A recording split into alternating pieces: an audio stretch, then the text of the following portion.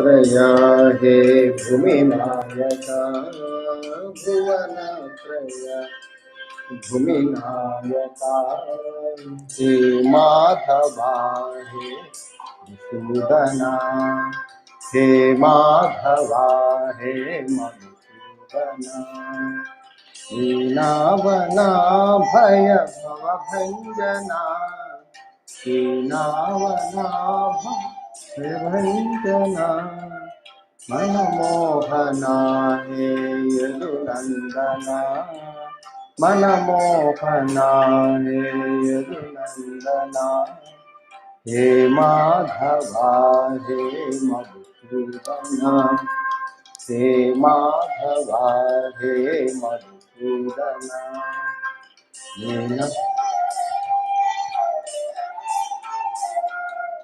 करुणाकरा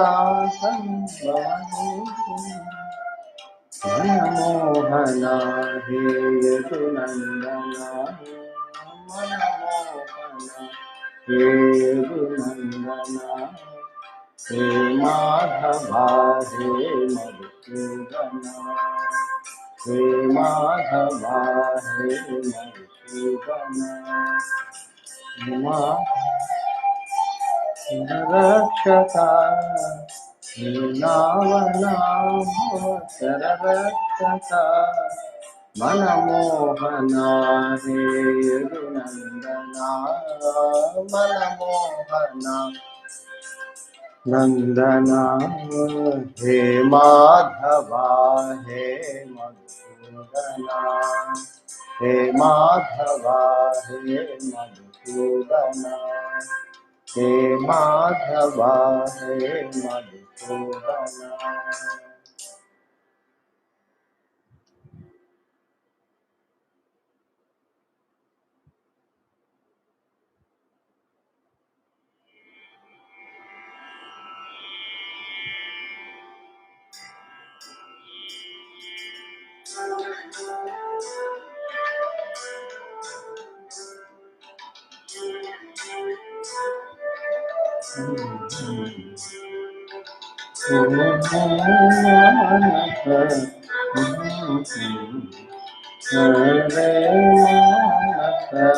भज रामं भज रामं भज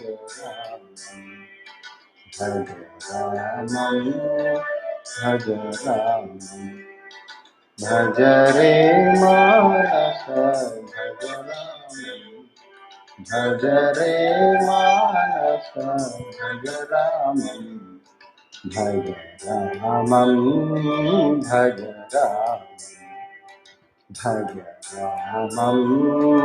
भज रामं कल्याण रामं भज रामं कल्याण रामं भज रामं कोदंड रामं भज रामं कोदंड रामं भज रामं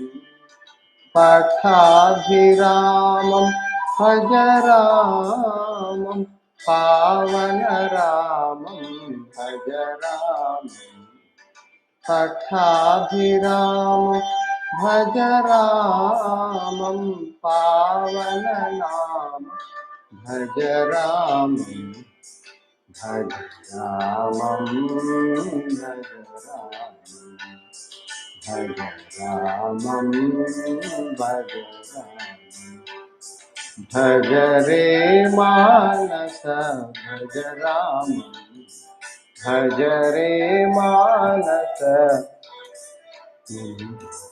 भज रामं भज रामं भज रामं भज रामं भज रामं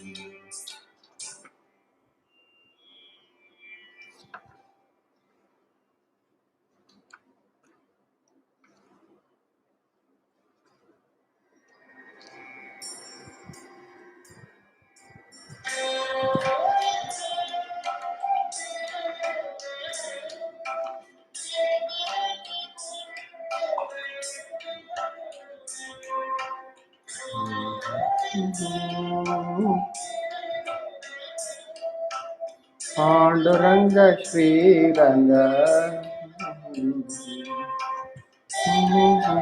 यदुवर भज मन मुरहर भज मन यदुवर भज मन मुरहर भज मन रघुवर भज मन राम भज मन रघुवर भज मन राम भज मन राम भज मन राम पांडुरंग श्रीरंग भज मन राम पांडुरंग श्रीरंग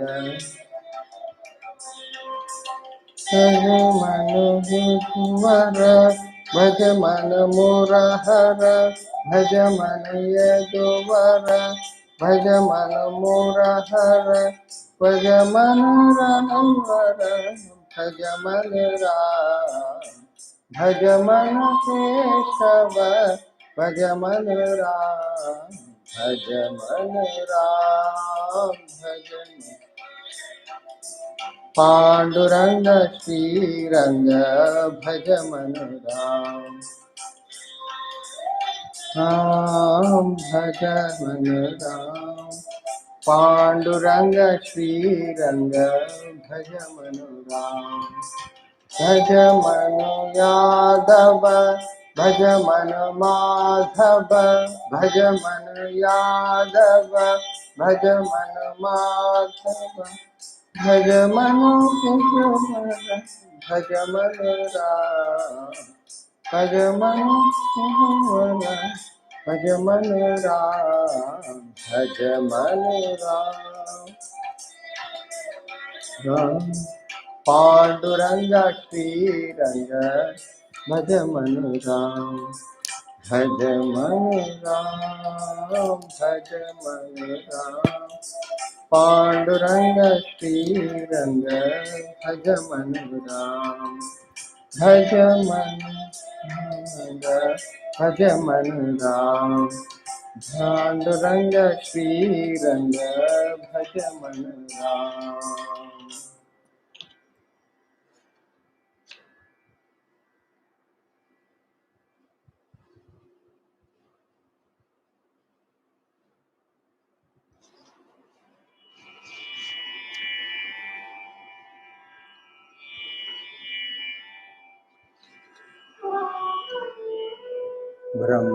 ब्रह्मानंदं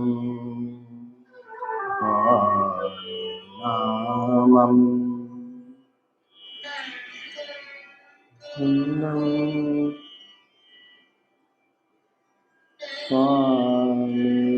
स्वामिरूपं नित्यानन्दं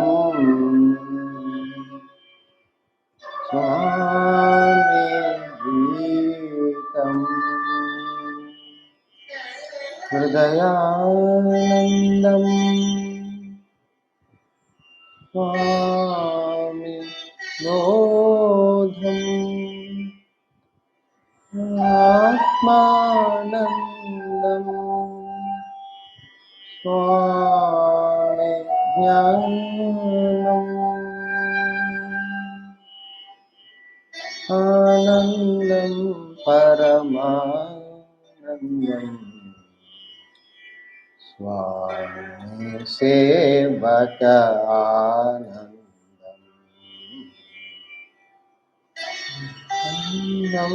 परमानन्दं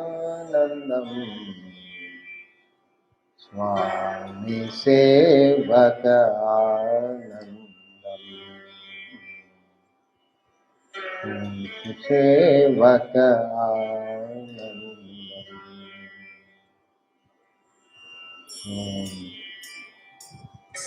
गुरुनाथ जय गुरुनाथ ओम गुरुनाथ जय गुरुनाथ ओम गुरुनाथ जय गुरुनाथ ओम गुरुनाथ जय गुरुनाथ ओम गुरुनाथ जय गुरुनाथ। ओम गुरुनाथ जय गुरुनाथ। दीननाथ दीनबन्धु दीननाथ दीनबन्धु दिव्यस्वरूप सद्गुरुनाथ दिव्यस्वरूप सद्गुरुनाथ। गुरुनाथ जय गुरुनाथ। ओम गुरुनाथ जय गुरुनाथ। नाथ स्वामीनाथ शिवगुरुनाथ स्वामीनाथ शिवगुरुनाथ स्वामीनाथ शिवगुरुनाथ स्वामीनाथ शिवगुरुनाथ स्वामीनाथ शिवगुरुनाथ स्वामीनाथ चिन्मय रूप सद्गुरुनाथ चिन्मय रूप सद्गुरुनाथ। गुरुनाथ जय गुरुनाथ। ओम गुरुनाथ जय गुरुनाथ। गुरुनाथ जय गुरुनाथ।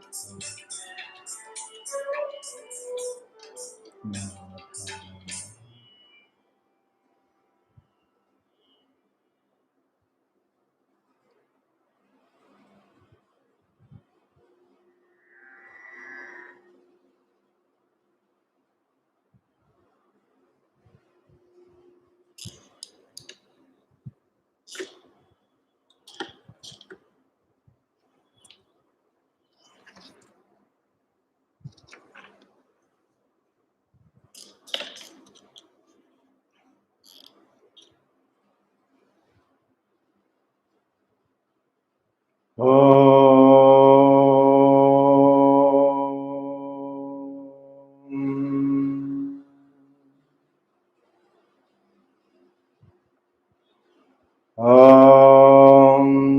भद्रं कर्णेभिः शृणुयाम देवाः भद्रं पश्येमाक्षभिर्यजत्राः स्थिरैरङ्गैस्तुष्टुवागुंसस्तनोभिः व्यशेम देवहितं यदायुः स्वस्ति न इन्द्रो वृद्धश्रवाः स्वस्ति नः पूषा विश्ववेदाः स्वस्ति नस्तार्क्ष्यो अरिष्ठनेमिः स्वस्ति नो बृहस्पतिर्दधातु। ॐ शान्ति शान्ति शान्ति।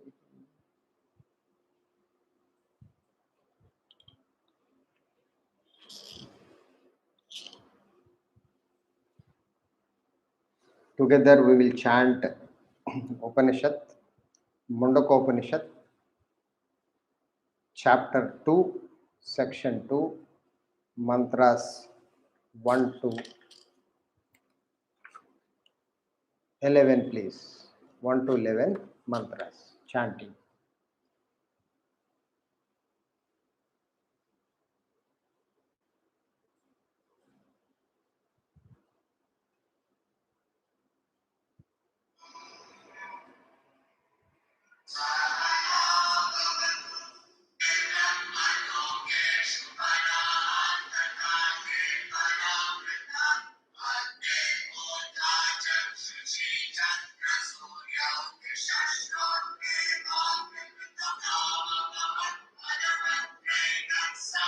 Pitam निजत्प्राणस्निमिषश्च यदेतज्जानत सदसद्वरेण्यं जानात् यद्वरिष्ठं प्रजानां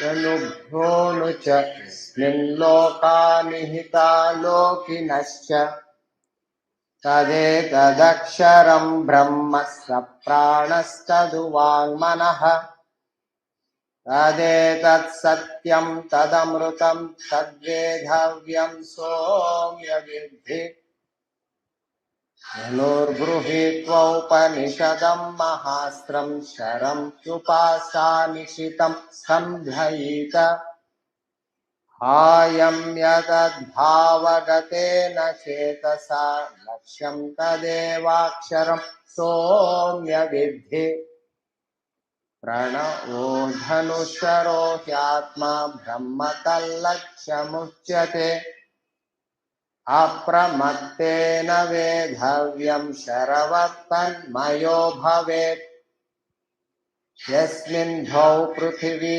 चान्तरिक्षमोतं मनः सह प्राणैश्च सर्वैः तमेवैकं जानथ आत्मानं ज्ञावाचौ मुञ्चत स्मृतस्यैष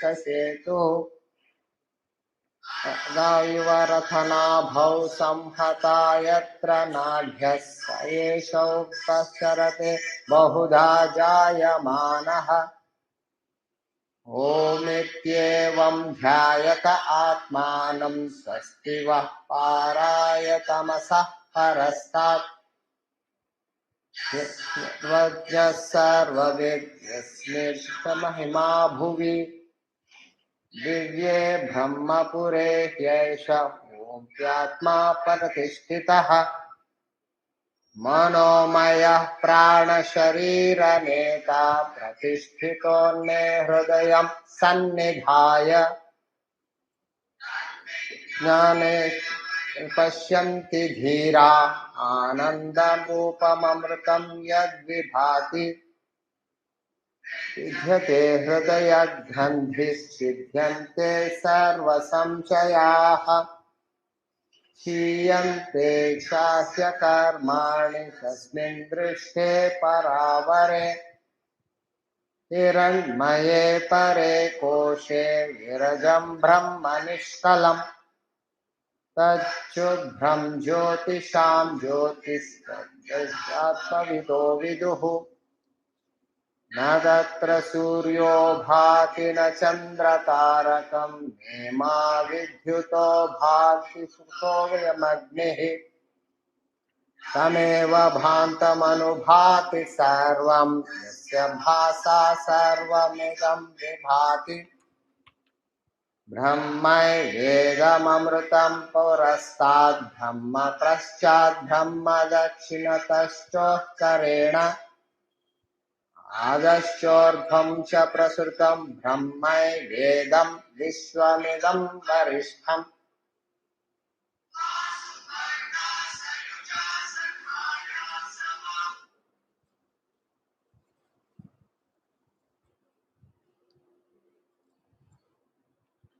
So we have covered the mantras 3 and 4, which is explaining the great spiritual practice through the metaphor, the great example in the last class. What is the metaphor which is most important for us to apply in our spiritual development? So the metaphor, we will have a quick recap so that we will get on to the thought flow for the next mantra. The bow and arrow, this is the metaphor, this is the example uses. It rates very high in the Upanishads, especially they use bow and arrow to explain the great spiritual practice for spiritual development to reach the enlightenment. It's like the metaphors, we use it in Mahabharata as a chariot. You are all aware the chariot is the chariot where Lord Krishna drives the chariot, whereas Arjuna sitting in the Mahabharata war. The chariot has a very deep significance for human personality. What is the chariot represents? Chariot represents the human being, and the horses which are driving, taking the chariot to forward is the sense organs of the physical body, and the The reins means the ropes which are holding, which they call it reins. The reins are the mind, human mind, and the person who is holding is Lord Krishna represents the intellect, buddhi. Buddhi holding the mind, mind holding the senses. This is the chariot example. And the Arjuna sitting in the chariot represents the individual. Individual is supposed to travel, means individual supposed to develop himself to reach the enlightenment. Is every individual, every spiritual, every human being, consciously or unconsciously, is living the life using these material equipments to reach comfort, peace, contentment, satisfaction, reach the enlightenment. Unconsciously, maybe consciously or unconsciously, we in the scriptures clearly define that the chariot example to the spiritual development. So when the ropes, the reins are not under control by the intellect, when the intellect is weak, buddhi is weak, the mind takes the personality and goes helter-skelter.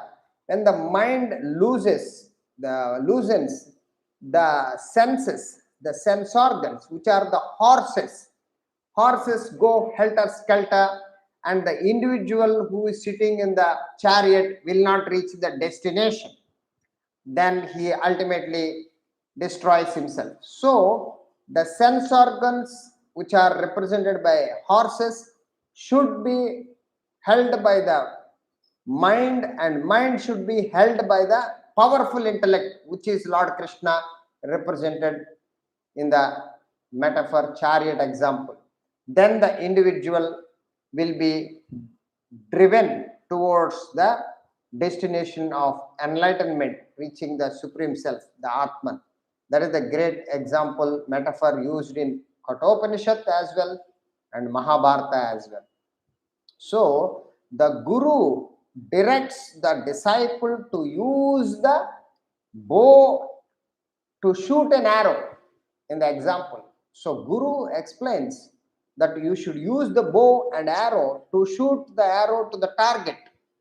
So the arrow is a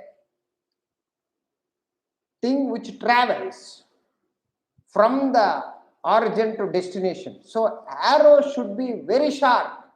If it is blunt, it will not penetrate in the target. Therefore, arrow must be sharpened first. And the disciple holds the arrow steadily and he pulls the bow string. By putting the arrow on the bowstring, he pulls the arrow. The more he pulls, the swifter, the faster the arrow travels to hit the target. So the arrow penetrates into the target, ultimately merges into the target. This is the bow and arrow example. In this metaphor, the bow represents the Upanishads, the Vedanta, the philosophy, the literature, the scriptures, the knowledge of the reality. This is the bow. One has to study by using this pranava, Om, imparted by the Upanishads, all embedded in the mantra Om. Om stands for Supreme God, Brahman. Om is nothing but the reality. It represents the truth, reality, Godhood in you. Om stands the supreme reality. Where it is located? It is located in the cavity of your heart. The God dwells within you, is the core of your personality. It is the nucleus of yourself, is the supreme God, the Atman. So Brahman is the target set for the mind. The mind, human mind, has to travel to the target of Brahman and penetrate into Brahman and merge into Brahman, is the spiritual development and spiritual enlightenment. So the arrow represents the mind, human mind, and representing the individual. So using the bow to pull the arrow indicates perfecting the seeker with the spiritual disciplines, karma, bhakti, jnana. These are all the spiritual disciplines. Perfect action, karma yoga, action dedicated to the self, and bhakti yoga, emotions dedicated to the self, and jnana yoga, study and reflection, contemplation on the scriptures dedicated to the self. By all these spiritual practices, the arrow means the mind is fully prepared, fully qualified, fully developed, fully matured enough to set to elevate to the reaching the enlightenment, like Hanuman, like Prahlada. These are all the great examples we have to explain the sharpening of the arrow to penetrate to the target of reaching the reality. So the arrow is the mind representing the individual, and using the bow in the to pull the arrow indicates perfecting the seeker with the spiritual practice laid down in the scriptures, Upanishads. So by study and understanding the kernel, the essence of Vedantic literature, your mind gets sharpened, your mind gets purified, mind gets prepared to launch onto the enlightenment, merging with the self. This is the purpose of Upanishads. That is the current text we are studying. The greater the spiritual effort, the sincere and dedicated and genuine commitment towards the enlightenment, to reach Supreme God, to reach the supreme peace and bliss, to reach the immortality, to reach the state of birth and deathlessness, immortality, like infinite peace and bliss is your ultimate goal. Not get caught up in the suffering of this world of punarapi jananam, punarapi maranam, punarapi janani, jadareshayanam. Repeated birth, repeated death, repeatedly lying in the mother's womb. If you do not have this ultimate goal as a human being, the dignity and the prestige of a human being is to reach the ultimate, not just caught up in these external attractions of the world and caught up in the acquisition and enjoyment, which vast majority of human beings do not know what is the purpose of human birth. Why are you born as a human being? Nobody understands. Nobody knows. Simply squandering the life in acquiring, following herd instinct, just repeatedly going through same routine, mechanical, monotonous existence rather than true living. That is what currently going on. But here the Upanishads categorically, vehemently, emphatically explaining that you should use this birth to penetrate into the target of Brahman, the ultimate reality. By studying the Upanishads, you sharpen the mind. The greater the spiritual effort, the faster you move towards the Supreme God, the enlightenment, and seeker advances towards the goal of self-realization, God realization. So spiritual practice is not a part-time pastime. It is not a old age time pass people generally believe. It is a full-time effort, consistent effort, full-time awareness of the reality. So it's a constant effort of the supreme towards the supreme reality in and through all your day-to-day activities, obligatory duties and responsibilities. You must pursue this supreme self constantly. It culminates ultimately into single pointed meditation. That is the final gateway before enlightenment. You must reach the state of meditation. Meditation is not a practice people generally believe. It is a state you reach through spiritual practices of karma, selfless action, bhakti, devotion. and jnanam, knowledge of reality. Through these three practices, you prepare the mind to qualify for the meditation. Until then, you are not qualified.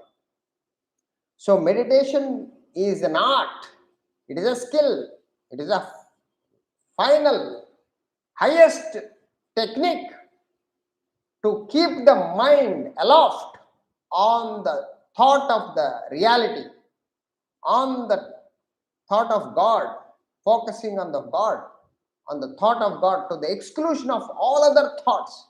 No other thought should be interfering while you are doing meditation. It is just one thought, like a Hanuman. There is only one thought, no other interests, no other worldly interests or desires or thoughts disturbing his focus of the mind. Only Rama is percolating and permeating in each and every cell of his body. That kind of preparation, if you have to reach the ultimate, then you are qualified to meditate. The art of focusing the mind on the thought of the Supreme Self to the exclusion of all other thoughts is the meditation. And in the peak of meditation, of sustained practice, of sustained meditation, the seeker drops the final effort. He stops the final effort into and plunges into the dynamic silence, wherein the self reveals itself, become one with the imperishable reality, one with the Supreme God, one with the Brahman, just as a river merging with the ocean. When the river constantly, relentlessly, continuously rushing towards the ocean, it will lose its individuality, while when it enters the ocean, it instantly gets the totality. The identity changes from individuality to the totality. That is the merging of river to ocean. Similarly, you are the individual. When you merge with the Brahman, you become Brahman. Aham Brahmasmi. Tattvamasi. You are that reality. You become that enlightened Godhood, the Supreme Self. So, a message is enshrined in the great metaphor of bow and arrow. What is the message? Deep message. The message is the idea of releasing the arrow, which is most important after pulling the arrow. If you do not release, the arrow will not travel and penetrate to the self. So it is the release which is most important after pulling the arrow. Pulling the arrow is apparent. You see it. However, it is not the pull, but the release that drives the arrow into the target. So what goes into the target is the release of the arrow. Similarly, human effort, however great you put effort towards reaching Supreme God, Brahman, for the final stage, you have to stop the effort and you should stop the mind to reach the enlightenment. This is the final effort. Human effort is important, very essential for, but finally, it is the cessation, ceasing of the effort that unfolds the Supreme God, the reality, the self within. Just like any other beautiful example, like pole vaulting. The pole vaulting, the sport, the athlete holds the big pole, long pole, and runs with the pole and pegs the pole because he has to cross the large high bar. So he pegs the pole and lifts himself up and up, and at the final position at the top point where he will roll over the horizontal bar and he leaves the pole. If he doesn't leave the pole, he will not cross the bar, he will knock the bar and he will fail. The pole vaulter cannot reach the target. Similarly, the athlete uses the pole to cross the bars at a height. The bar is placed so high that he needs a pole to cross over. So the pole vaulter can cross the bar without the pole. So no pole vaulter can cross it without the pole. Similarly, no pole vaulter can cross the bar with the pole. So you need a pole to cross the bar. Similarly, it is the release of the arrow. It is not the pulling the arrow will achieve the target. After pulling the arrow, more important is you got to release, when to release the arrow. That is most important. So the seeker has to elevate himself spiritually up to the point of single pointed meditation. First, human effort is only takes you to the meditation.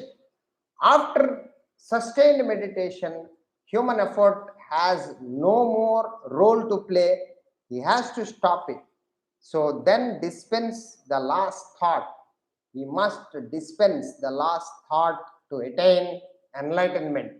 This is the beautiful metaphor. So the meditation final stage gateway has to be clearly understood.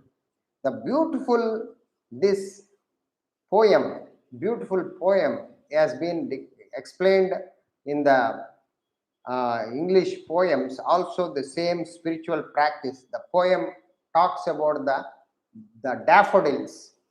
The daffodils also explains the William Wordsworth, who is the great author. In English language, he talks about spiritual path, which is very deep message embedded in the poem, the daffodils.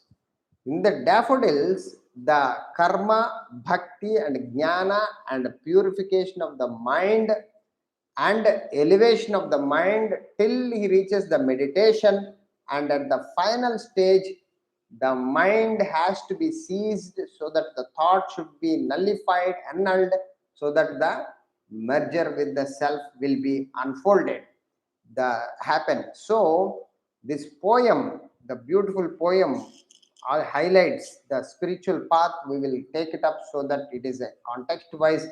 We will have the clear understanding what exactly the poem and how it is related to the spiritual journey as well.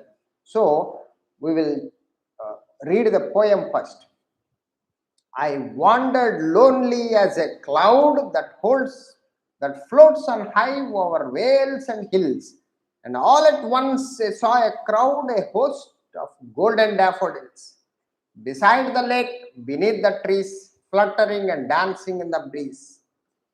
Continuous as the stars that shine and twinkle on the Milky Way, they stretched in never-ending line along the margin of a bay. 10,000 I saw at a glance, tossing their heads in sprightly dance. So he is explaining the Karma Yoga in the first mantra, and then he takes to Bhakti Yoga, and in the second stanza, and then he slowly get to the Jnana Yoga in the third stanza, and slowly to the meditation in the fourth stanza. That is the greatness of. So people generally believe this spiritual path is only confined to scriptures in Indian literature. No. It is there in every literature worth philosophers in all over the world. The waves beside them danced, but they outdid the sparkling waves in glee. A poet could not but be gay in such a jocund company. I gazed and gazed, but little thought what wealth the show to me had brought. This is the Jnana Yoga he is talking about. It's very interesting. And for oft, finally in meditation, for oft when on my couch I lie in vacant or in pensive mood, they flash upon that inward eye, which is the bliss of solitude. And then my heart with pleasure fills and dances with the daffodils. This is the meditation, and at the end of the meditation, dances with the daffodils means one with the self. So what exactly this poem and how it is related to the spiritual development of our life is we are going to understand. The poem indicates to humanity the spiritual enlightenment direction, the path, the roadmap. We generally call the GPS. We have to understand that we are here for a purpose to reach enlightenment. That is the first thing. Whether we agree, we are accept or not, we are unconsciously or consciously, we are moving towards, like a river moving towards the ocean. Every human being traveling, searching, seeking the peace and bliss in the self, which is because it's a permanent. Therefore, spiritual enlightenment is the goal, and the path also well defined so that we can travel in a proper direction. What is that? The poem telling about the path. The path encompasses three disciplines. What are the three disciplines? Karma means action. At the body level, you must be dynamic, active. There is no compromise for the laziness. There is no room for inertia. It is must be. The moment you are inactive, you invite death, you court death. Therefore, you must be dynamic. Karma, action. The path compasses action, karma yoga. And then the second discipline is the bhakti, devotion. And the third discipline we have to adopt is the jnana, knowledge. These we have to proportion these three disciplines according to your constitutional requirement, your material components, how much active you are, how much emotional you are, how much intellectual you are, that much proportion you must administer the karma, selfless activity, bhakti, devotional practices, and jnana, study and reflection on the scriptures. These are the three aspects must be practiced, followed by finally meditation, and meditation ultimately culminates, merges merging with the supreme reality, Godhood. So the first part of the poem deals, I wandered lonely as a cloud that floats on high over vales and hills. And when all at once I saw a crowd, a host of golden daffodils, beside the lake, beneath the trees, fluttering and dancing in the breeze. So, what is this first stanza highlighting? The poem deals with the action, karma. You must act, but the manner in which people are acting is selfish and self-centered. They do not act. Vast majority don't do anything. They are simply inactive. And the moment they take up activity, they always have a tags attached.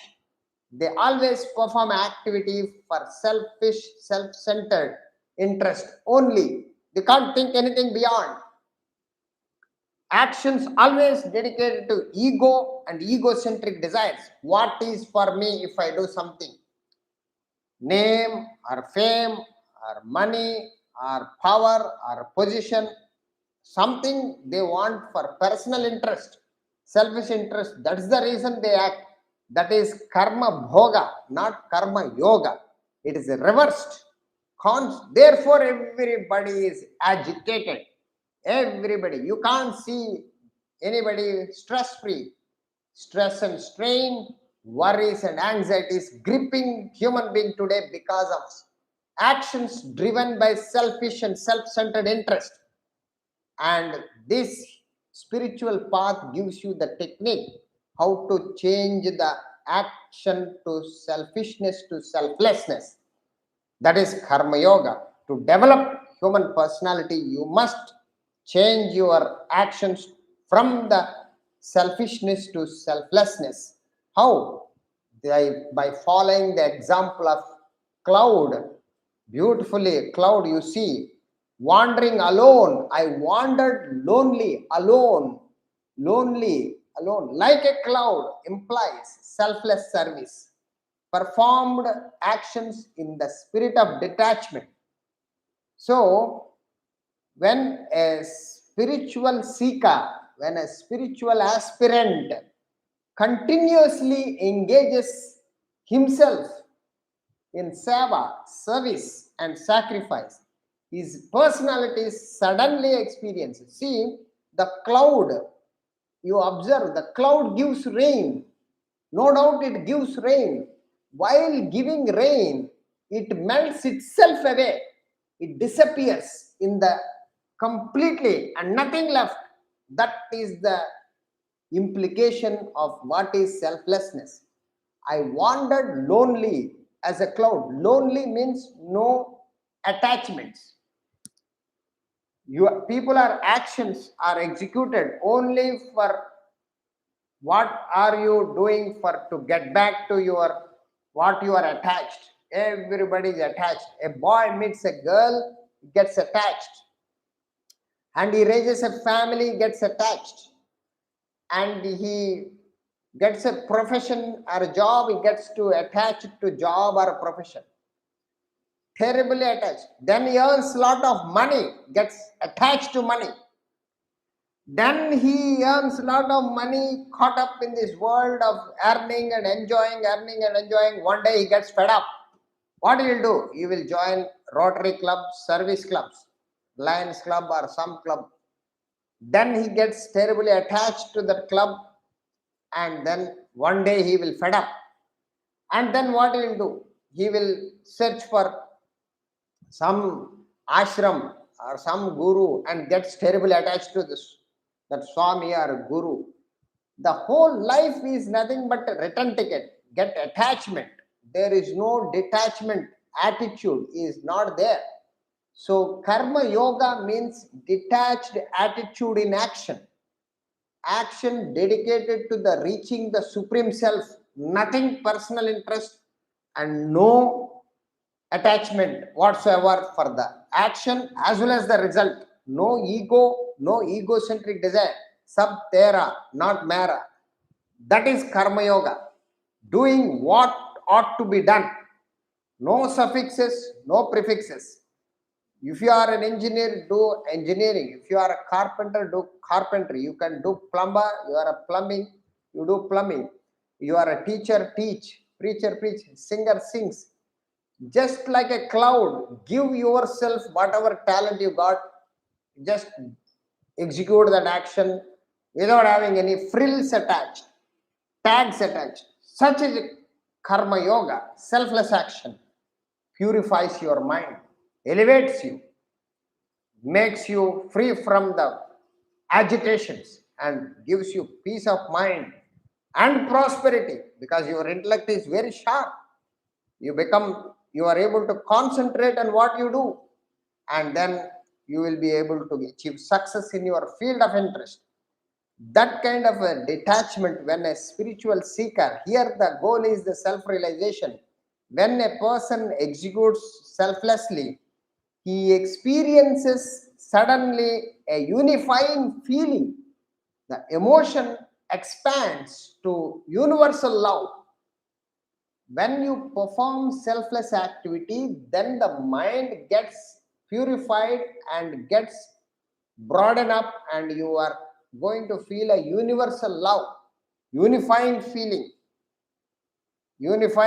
of love as personality suddenly experiences as a result of continuous selfless action in the field of interest, whatever you have chosen to reach the supreme God, the Atman. The poet very subtly indicates this gush of love by placing comma after the word host. That is the thing. When all at once I saw a crowd, a host of golden daffodils. The golden daffodils, he saw a beauty and grandeur of universal feeling towards the daffodils. The mind experiencing the nature of daffodils full of love. And he starts emotionally presenting his idea of how they are attractive. What is that? Divinity. He observed the divinity beside the lake, beneath the trees, fluttering and dancing in the breeze, continuous as the stars that shine. The daffodils are the flowers, but they are like stars, beautiful stars. He is trying to praise the stars. So, like stars, those flowers, and the twinkle in the Milky Way. and they stretched in never-ending line along the margin of a bay, because the daffodils grow in the bay of ocean and the sea or lakes. Near the lakes, they in the in especially Lake District or in the United Kingdom. So the Wordsworth saw the daffodils and gave out the exquisite poem comparing with the spiritual path is the great message. They stretched in never-ending line along the margin of a bay. 10,000 saw I at a glance, as if he is counted 1, 2, 3, 10,000. It is a poetry, a poetic license. You see a vast number of daffodils, the beauty and grandeur of the sight. You become emotionally charged up, and the devotional divinity you experience. 10,000 saw at a glance, tossing their heads in sprightly dance. So they are dancing in the moving in the breeze. So here the comma after the word host, the joy of love experienced at the sight of daffodils. At the sight of daffodils, the joy is experienced, which indicates universal love, a universal feeling, which is the devotion. Devotion is nothing but love for fellow beings. Devotion is directly proportional to love for fellow beings. So there is no such thing called mechanical worship. It is just recognizing the divinity and surrendering to the divinity with gratitude is the elements of true devotion. So the essence of devotion is the universal love. If you are not engendering any hatred and you love whole universe, then you have fundamentals of devotion. And the words gazed and gazed suggest contemplation and acquisition of knowledge. So the third stanza talks about contemplation. The waves beside them danced, and they outdid the sparkling waves in glee. And such a poet could not but be gay, such a jock and company. I gazed and gazed, but little thought what wealth the show to me had brought. So I gazed, and gazed means he constantly thinking, gazing, contemplating, analyzing means jnanamar. So he is studying the scriptures, the shastras. One must be studying so that he will gain the knowledge of reality. So that is represented by I gazed and gazed, but little thought the what wealth the show to me had brought. Then the spiritual practice of meditation. Ultimate meditation is by last stanza in the enlightenment is evidenced here. The poet's mind is vacant. You see, for oft when on my couch I lie, means he's sitting in relaxedly in meditation, in the vacant or in pensive mood, vacant of worldly thoughts. A person who is sitting in meditation should not entertain any worldly desires. Today, people meditate with full of worldly desires. Their desires, they want to meditate. It's like a fully loaded aircraft, overloaded aircraft trying to fly. Definitely is going to crash down because it cannot fly because of overloaded. Similarly, when the mind is fully replete, fully infested, filled with the desires, how can it fly high? Desires for the world, desire for name, desire for fame, desire for power, desire for position, desire for money, desire for family, desire for millions and millions of desires mind is made up of, and everybody want to meditate. How it is possible? First discipline, first minimum understanding is you must get rid of the bulk of desires, and the mind should be free from this clutter of desires so that your mind can sit in the meditation thinking about the highest truth, the reality, the Brahman, the supreme God. So when on my couch I lie in vacant means that is the highlighting. Mind must be vacant of all worldly thoughts and desires, and it is pensive on the mood. Pensive means the thought of reality, peaceful in the thought of reality, fixed in the thought of God. In pensive mood, they flash upon that inward eye. So then there is a flash, that inward eye, jnana chakshu, eye of wisdom. So you gain that wisdom by constant these practices in the meditation, flash that inward eye, which is the bliss of solitude. In the worldly desires and attachments gone, you remain in the deep thought of reality. That opens up inward eye, referred to the Hindu scriptures, eye of wisdom, jnana chakshu. Then, ultimately, and then my heart with pleasure fills. Once he experiences the self-realization, he gets pleasure, means infinite bliss. The mind and intellect merges with the Supreme God, the infinite state of peace and bliss he experiences. Then my heart, he explains, the poet experiences the infinite bliss. He is explained in the last two lines. And then my heart with pleasure fills, means heart means the mind and intellect merged with the self.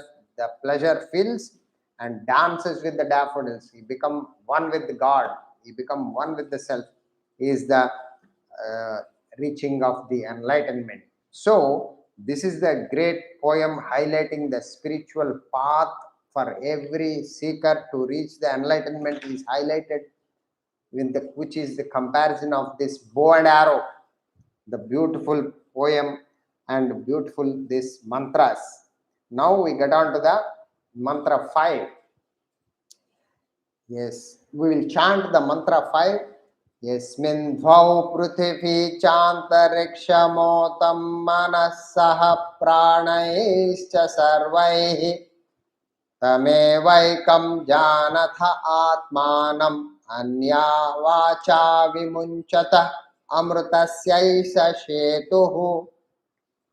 We will repeat the chanting of mantra 5 again. Yasmin dvau prithvi chantarikshmotam manah saha pranaischa sarvaihi tamevaikam janatha atmanam anyavacho vimunchata mrutasyaisa shetuhu. What does it mean? Now he is very, very seriously giving the warning to the entire spiritual seekers.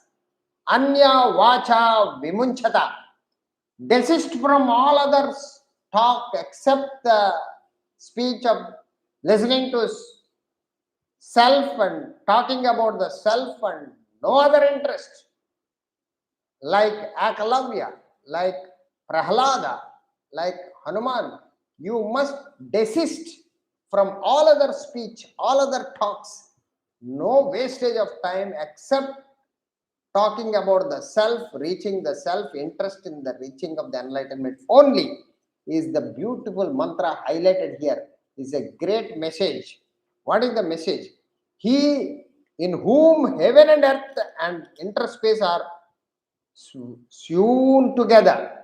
He means the Supreme God, the Atman, in whom all these worlds, heavens, earth, all these lokas, earth, interspace are sewn together. All are interlocked, interconnected with the mind and all pranas, white layers. Know him. Use these material equipments given to us. You have been given this fantastic physical body not to indulge in sensuality, materiality. The vast majority lost in the quagmire of the physical senses and material comforts. No clue what is austerity. What is the basic requirement to spiritual growth is the sense control, not sense denial. Sense control means you use the physical body to reach the enlightenment, not to squander in lost in sensual pleasures as an end in themselves. Today, all the personality is engaged in only sensual pleasures, heaven and earth and interface. He is talking about know him alone. Use the body for knowing the self. Use the mind, feelings to know that, to feel the self, not feeling family, children only, and be all and end all of it. Go beyond and reach the supreme self like Hanuman. That is the idea is highlighted. Use the mind and use the pranas, use the intellect to reach the God, to reach the enlightenment. Know him alone, nothing short of it. As the one self is the only self alone. There is Brahman and Brahman alone. Nothing else exists. Realize that. Using the body, realize that. Using the mind, reach that. Using the intellect, realize it. That is the mantra highlighting, emphasizing, vehemently declaring. Desist from all other talk. Resist means control. You channelize all your energies towards the supreme self-realization only. This is the bridge of immortality. This body, mind and intellect and this world of perceptions, emotions and thoughts, your obligatory duties and responsibilities, all are only as a bridge, as a means, as a carrier, as a transportation vehicles is the material equipment you got to use to transcend them to reach the enlightenment is the purpose of human birth. That is what why human being is born, except that every human being at this moment, most of them, if not all, engaged in be all and end all of this world and caught up in this cycle of suffering and birth and death and suffering. No clue why they are born. Here is the beautifully explained. Heaven, earth, and interspace together refer to the microcosm and macrocosm. Entire the universe is the macrocosm, he explained. Mind and pranas represents the individuality microcosm.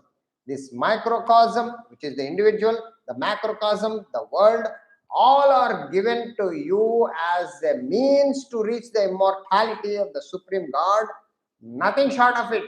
You should not compromise for any other thing except the Supreme God is the ultimate aim and goal. You should fix and reach it. You put all the efforts to reach it. The Brahman, the mantra declares the macrocosm and the microcosm both are nothing but Brahman and Brahman alone. They are Brahman. Like a gold ornaments are nothing but gold metal. The ornaments only nama rupa, name and form. They don't have independent existence and independent movement, independent appearance apart from the gold content in it. Similarly, the waves on the ocean, there is a big wave or small wave, all are nothing but the imposition, an imaginary projection upon the ocean. What is the essentially the waves are made up of is the content is the water, H2O, which is the same vast ocean and no difference. Similarly, the macrocosm, the world, the microcosm, the individual, all are nothing but an imaginary projection of the Supreme God, Brahman. There is Brahman and Brahman alone. Everything is Brahman, the all pervading reality. There exists nothing other than Brahman. There is nothing other than God, and God alone exists. That is permanent. What you experience is an imaginary illusion, imaginary projection. There exists nothing other than Brahman. That Brahman is the self pulsating in every human being. Every human being within you is the same self using the body, mind, intellect, experiencing the world of objects and beings is the contacting the life experiences is going on. The Brahman is the self. The self enlivens the body to perceive and act. The self, the Atman, the God enlivens the mind to feel various emotions.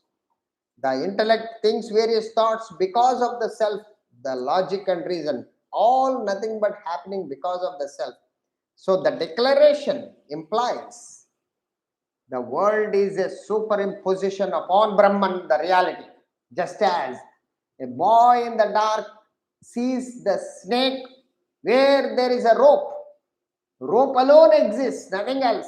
You are aware of it, but the child, a boy, misunderstands that there is a snake and snake bite, and he rushes and panicked and worried anxiety because he is imagined that there is a snake exists and it bit. So there is no snake, it is only rope and rope. But the snake was projected upon the rope, an imaginary, illusory projection, imagination, hallucination. Really, the snake never existed. But what existed is the rope and rope alone. But the similarly, this world, these individuals, this whole pluralistic phenomena of the external world of objects and beings, living beings and inert objects, all are nothing but a imaginary projection upon that one reality, one godhood, one supreme Brahman. That is what the Upanishad says. Ensnared by the world. Right now, every human being is entangled in the world of objects and beings and attached to the world. People have plunged into perceptions, emotions, and thoughts. So, what everybody is caught up? Perceptions, emotions, and thoughts. They lost the sign of immortality. They lost the cognition of the Supreme God, Brahman, and lost in the perceptions, emotions, and thoughts. That cognition of reality is not there. So the Guru, the master who reached the enlightenment, who understands the world is an illusion and he reached the self, he declaring and deploring the state of the people who are caught up in this world and deploring the state of humanity and the preoccupation with the affairs of the world. They are totally preoccupied in the affairs of the. It's like a boy is caught up in the snake, an imaginary snake which doesn't exist. Only rope and rope alone exists. He's just wasting his time and effort and suffering and sorrow. All life is imagination. Similarly, all entire human beings are caught up in this body and its sensual pleasures, perceptions and actions, mind and its feelings and emotions. People are caught up. My house, my wife, my husband, my children, my life. Who are you to tell me? This is called mental hallucinations and intellectual curiosity. I know this subject, I am a PhD. I know that subject, I have double knowledge. You are bragging about the worldly acquisition and intelligence is not able to see the beyond this all, the Supreme God, the reality. So Guru deplores the state of humanity today because everybody is caught up in the quagmire of these perceptions, emotions, and thoughts, the preoccupation of the affairs of the world. He advises the seeker to pursue only one ultimate goal, which is Brahman. You can never be rest content any amount of worldly acquisition and enjoyment. You may be temporarily preoccupied, but the nature and the time will loot you away and you will be dragged to the death, and then you will be born again with this repeatedly running after this world. It will never end until you realize by listening to the great masters and Upanishadic language and scriptures, you must clinch and fix yourself that my goal should be the reaching of the self only. Until then, this suffering will be never ending. This world will not leave you. So he advises the seeker to pursue Brahman, to fix the goal of Brahman and pursue the Brahman. Try to, that's what Adi Shankaracharya in Bhajagovindam as well. Adi Shankaracharya in Bhajagovindam, he starts off with this. Bhaja Govindam, Govindam Bhaja Modamate.